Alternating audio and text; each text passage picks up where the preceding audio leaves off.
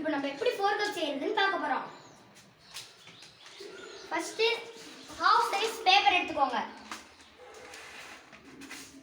அதை முதல்ல இப்படி மடிச்சுக்கோங்க.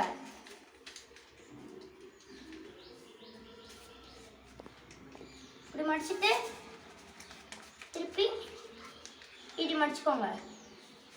அடுத்து இப்படி ஒரு மடி மடிச்சுக்கோங்க. இப்படி வருந்தோன்னா திருப்பிக்கிட்டு இங்கே ஒன்று வச்சுக்கோங்க. இப்படி அடுத்து இப்படி ஒன்று வச்சுக்கோங்க. இப்போ இங்கிட்டு திருப்பி இப்படி ஒன்று வச்சுக்கோங்க. அதே மாதிரி இந்த சைடும் இப்படி வச்சுருக்கோங்க. இப்போ இதை இப்படி மடக்கிக்கோங்க. இந்த சைடை கொஞ்சம் பிரிச்சுக்கோங்க. அதே மாதிரி இந்த சைடும் கொஞ்சம் பிரிச்சுக்கோங்க.